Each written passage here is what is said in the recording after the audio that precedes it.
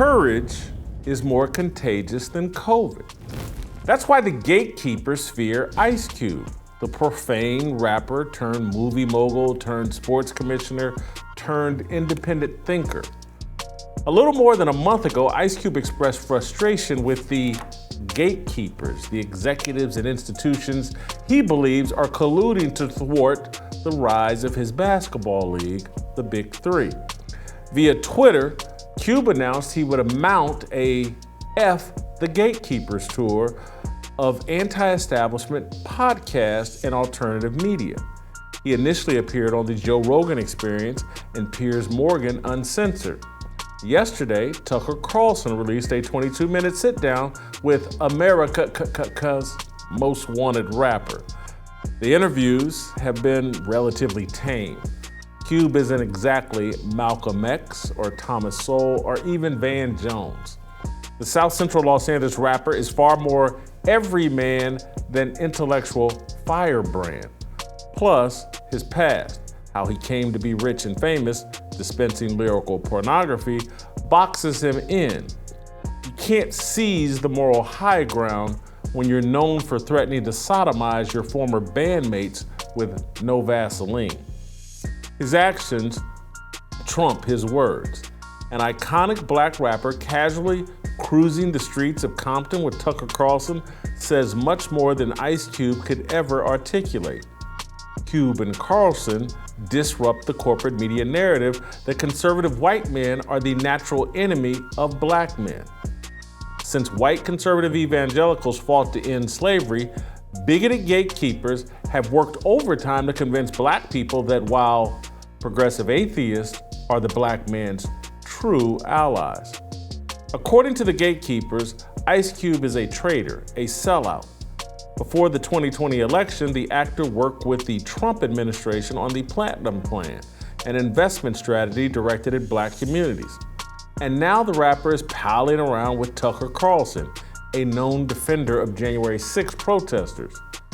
Cube's actions signal an awakening among black men, a realization that the political left is driving the emasculation of men in general and black men in particular.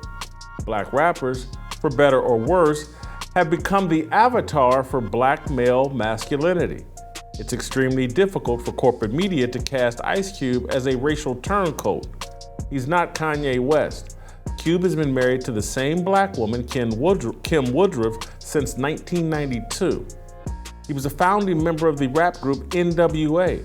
The band Hollywood and the mainstream media have canonized as the epitome of blackness.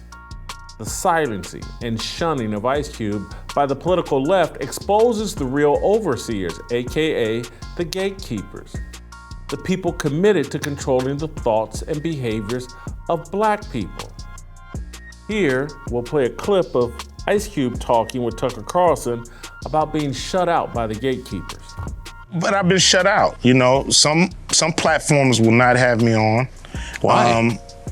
They don't like that I'm, an independent thinker. I'm not part of the herd. I'm not part of the go along to get along gang, so to speak. So, I'm an outsider. And so, I'm not part of the club.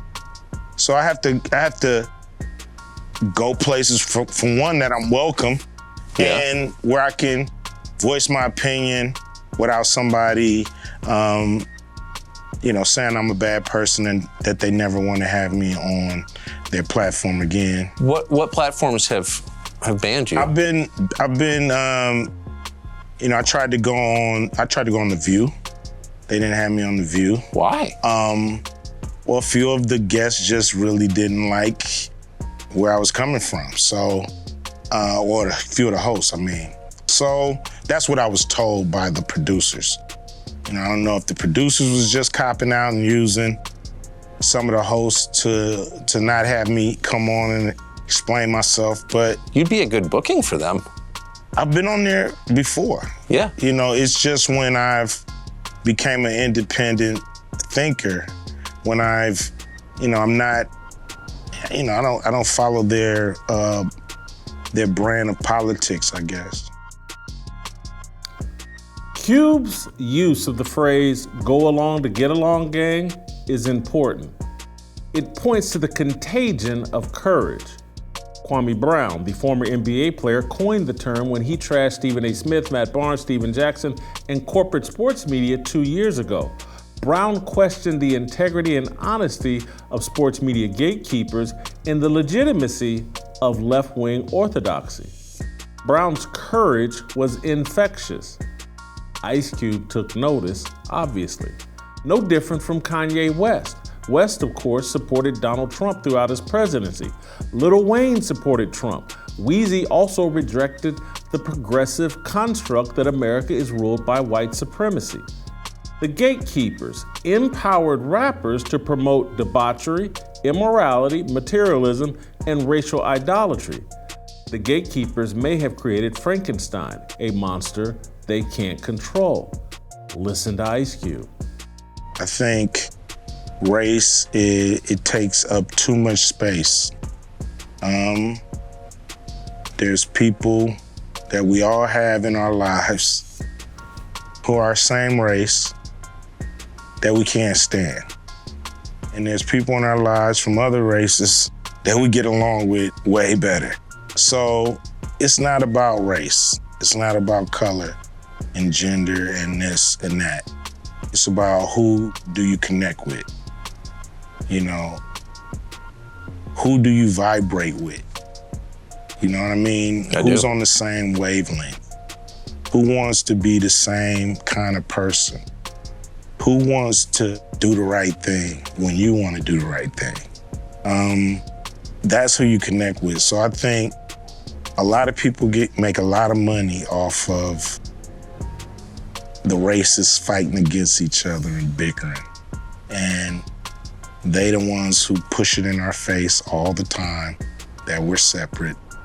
And it does feel like there's more of that, doesn't there? Yeah, it seems like it's like you're stuck in a bad movie and you can't get out. Like you can't find the exit and it continues to play on the screen and you're just running around looking for the exit, and this bad movie continues to just haunt you day by day by day by day. You know, that's what we're caught in. A never-ending, winless battle of, of race and color, and we're worried about, where you from, and,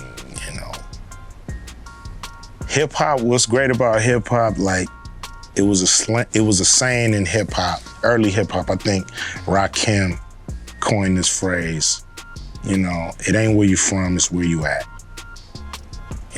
And it's so true. It's not about where you come from, it's about where you at right now. The rappers, they're waking up. The gatekeepers fear the awakening of rappers because they're afraid that will awaken black men en masse. Once we're awake, we'll understand the fallacy of a race war. We're in a battle of the sexes. God gave man dominion over the earth. Satan is using the ambition of women to disrupt God's will. At one point during his interview, Carlson asked Ice Cube about his meeting with Trump. Ice Cube responded, "Enemies meet." Trump and Cube are not enemies. They're alpha males. Alpha males do not avoid conflict. They meet and work out their differences, or they go to war. In our feminized, matriarchal culture, men do not meet and settle their differences. The matriarchy censors, silences, and shuns dissenting points of view under the pretense of hurt feelings. Ice Cube's determination to act like a man threatens the gatekeepers.